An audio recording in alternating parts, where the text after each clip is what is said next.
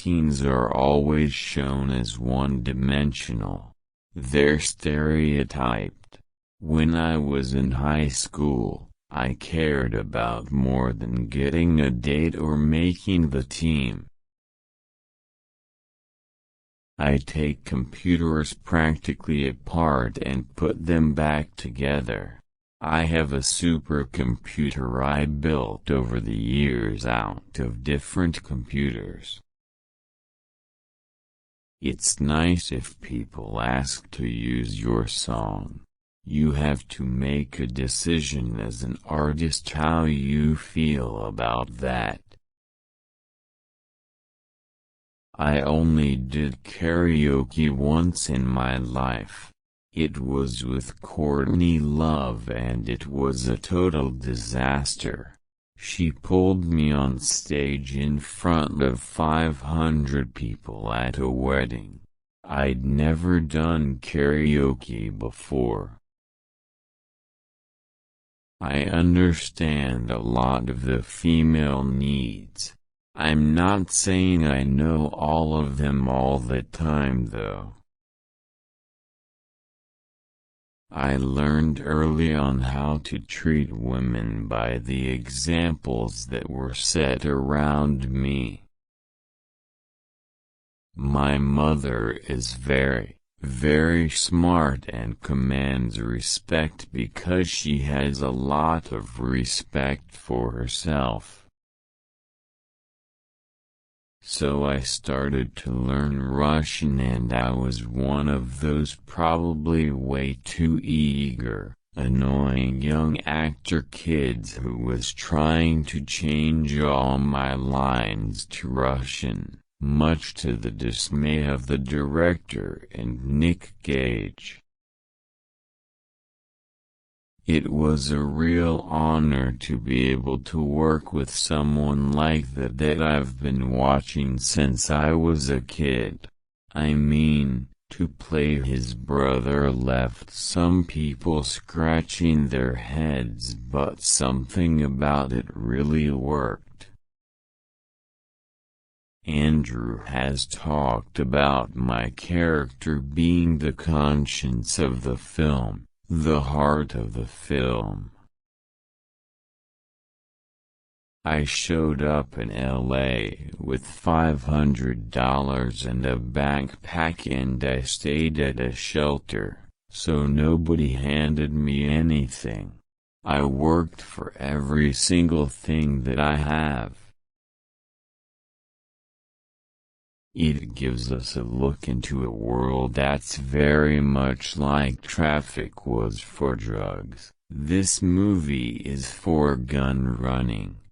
Dark at times, but I think Nick Cage is an incredible person to watch and very entertaining. I was never interested in teen beat-like roles.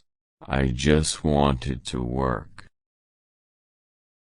I kinda have the opposite of Ed. I have a hyper-focus disorder, where if there's a given task in front of me I really concentrate on that. Music is subjective to everyone's unique experience. It's nice to be able to communicate digitally with people around the world. Dari selalu snack.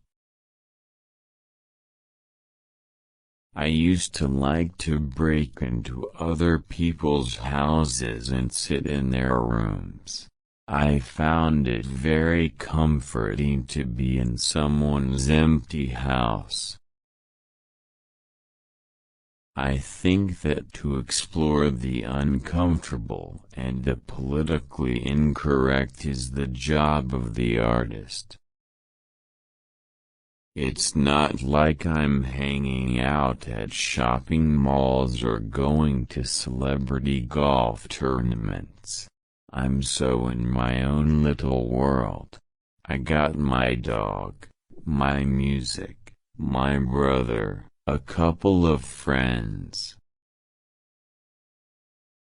He's an innocent in a lot of ways.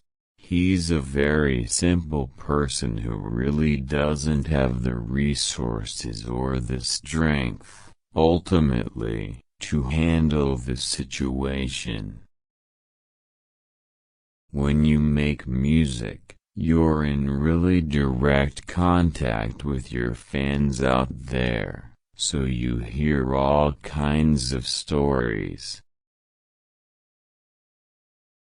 I was raised around a lot of artists, musicians, photographers, painters and people that were in theater.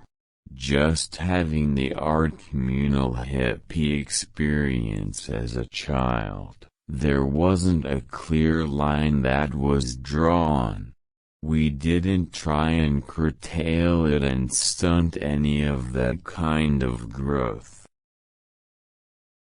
I've always liked Saturn, but I also have some sympathy for Pluto because I heard it's been downgraded from a planet, and I think it should remain a planet.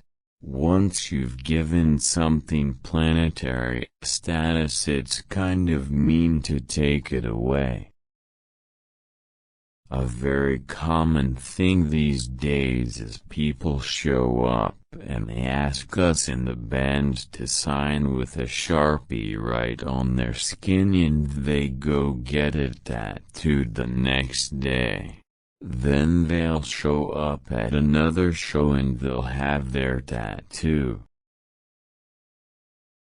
I think I remember from the offset I said, I've visited this territory. This isn't for me.